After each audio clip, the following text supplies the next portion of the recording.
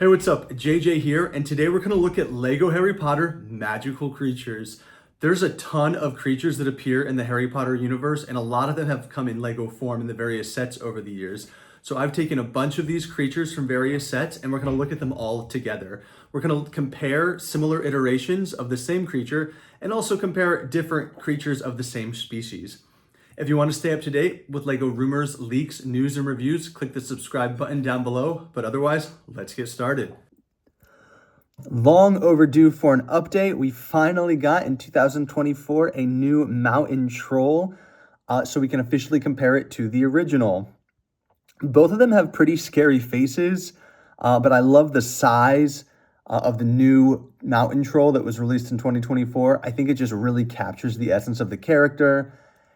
He does look a little cartoonish, but that kind of fits. You know, the troll in the movie didn't look cartoonish, but he looked really kind of goofy and funny and almost harmless in some ways because he just seemed like he didn't know what was happening. Where the old mountain troll from 2002, I believe, just looks a little bit meaner and more menacing in a way that I don't think this character was.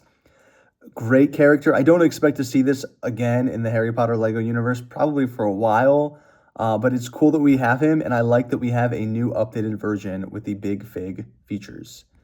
Next, we will look at the house-elves, starting with Dobby. This is the version of Dobby that sucks your soul when you look into his eyes, so avert your eyes now. And this is the version of Dobby that is somehow only slightly better and not as terrifying as the original. Luckily, by the time in 2019, when they released the new Privet Drive set, they really figured out how to make Dobby not look so terrifying. I mean, this really is a thing of nightmares. I don't know who greenlit that or what they were doing. I'm glad we got him in minifigure form, I guess, but it does not have the love and admiration of the Dobby character we know. And of course, we can see Creature here. Similar to Dobby, there are some changes, but even though he's a mean character, I think they do a really nice job with this minifigure, making him still not seem completely and utterly soul-crushing.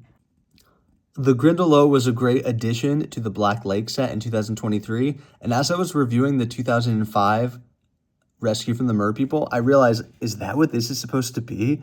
I always just thought it was like a random jellyfish. I mean, the set comes with an octopus and a crab, but I really think maybe that's what they were going for, which is cool, but much more improved, obviously, with the newer set. I love that they released the Cornish Pixies, and I hope they just keep randomly putting them in sets as small side accessories so we can build armies of these guys. We have the Cerberus, or Fluffy, the three-headed dog, originally released in 2001 as a sculpted piece, and again released 20 years later in 2021 as a brick-built piece. We can see this is a very beloved creature in the Harry Potter universe. Now, in 2001, the reason I bought the third floor corridor set was for this creature. Really cool build for Lego. It was really stand out at the time, and it made its way into most of my childhood Lego Harry Potter scenes that I played. I do like the brick-built one in 2021. It does look a bit robotic, however, just because if you notice some of these colors are inconsistent. You see the gray, the different shades of black and brown, or dark brown and brown. There is a play feature where on this side it looks like Fluffy is sleeping, and then on this side it looks like Fluffy is awake. I actually bought this set 3 times because it went on sale, and I wanted to be able to make a Fluffy that had 3 awake faces and 3 sleeping faces. So, of course, that means I also have a Fluffy with 3 half and half faces, which is the most disturbing of them all. Next up, from the Chamber of Secrets, we have the Basilisk. Now, I did like the printing that came with this original Chamber of Secrets set, and I thought it was really cool how it had these daggers that glow in the dark as its fangs. And then in 2021, we saw it released with a more of a olive green color, but I did like some of the textured pieces it used on the side there for its scales.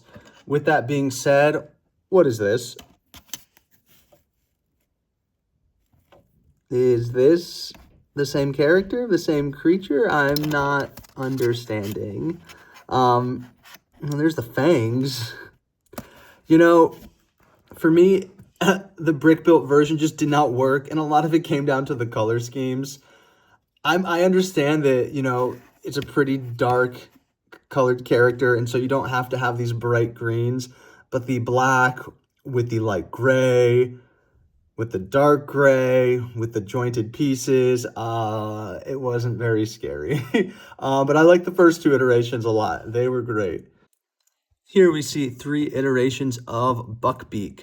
I think all of them do a really good job capturing that face and showing some of the dimension with the print here. I know that the lighter skin and the darker wings might be a little bit more accurate to the films, but I prefer when they kind of all match in a similar color scheme. So I like that middle one a lot. But you know, for early 2000 set, this Buckbeak really isn't that bad. His wings aren't quite as nice. They're a bit angular, but overall, I actually like both of the new Buckbeaks. I do actually plan to buy the buildable creature Buckbeak in a few weeks or months, so stay tuned for that. Now, the Dementor figures have changed a little bit over time. For the most part, they kind of keep that headpiece similar, and there's always been some cape element, kind of just to create that illusion of movement with the character.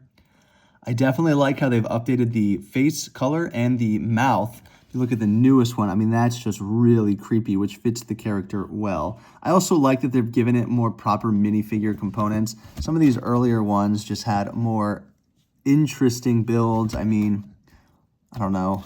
I know they're ghosts or, you know, they're not have a full body or anything, but I still prefer kind of the way this piece works. The Thestrals are also really nice. I like that they have both the baby Thestral and the adult size Thestral here. I actually bought two of the carriage sets that baby Thestral came with just to get more of them. So I'm happy we see that in additional sets now as well. So I only have two Aragog builds, and this might be the best and the worst one. So it's hard to compare them. Of course, first we see from third edition of Hagrid's Hut, this interesting choice of the spider legs. And then from what I think is the fifth edition of Hagrid's Hut, you know, we see this really nice build. This is a really good spider.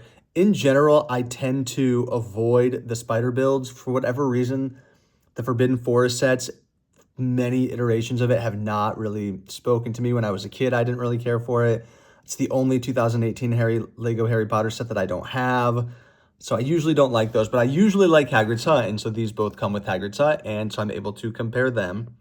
I really do like this figure. I angle my guy up, so he's actually kind of halfway leaning on Hagrid's Hut, and it looks for a really cool display piece. Here we see the Centaur minifigures. I think Lego did a great job with these figures. I think they picked a good hairpiece for them, and I like the color scheme they chose as well, because I could definitely have seen them going in a kind of cartoony direction with these. So I think they did a very realistic looking, mean looking Centaur. Pretty good build here as well. I didn't expect this set really to ever get made, and I didn't expect it to get made quite like this. So I think they did a good job with him. Here we can see kind of the back and the side. Not great from the back, but overall it's really nice for what they were going for with this character. Now, the Goblin characters, they really have changed over time. I did like what they were doing in the early 2000s with this uniquely molded headpiece. Unlike Dobby, I think it works. They do look scary and menacing, but that's similar to the characters being a bit non-approachable and unfriendly. Of course, once they released the Gringotts Spank, there are now tons of different Goblin creature characters and minifigures, and so it's really neat to have that kind of hairpiece with those ears in so many different colors. So these really have come a long way. I do think the original worked and made sense for early 2000 Harry Potter, but I love the detail in the new figures, and I'm glad to see them releasing them. Of course, love seeing the merpeople. Both of these were just such great figures. Looking at those faces, man, they are not happy. And it really just fits that second task well. The Hungarian Horntail. Now, I actually don't usually buy these sets, these brick-built creatures. You know, we've seen Fox, we've seen Hedwig. I think they just released one for Buckbeak.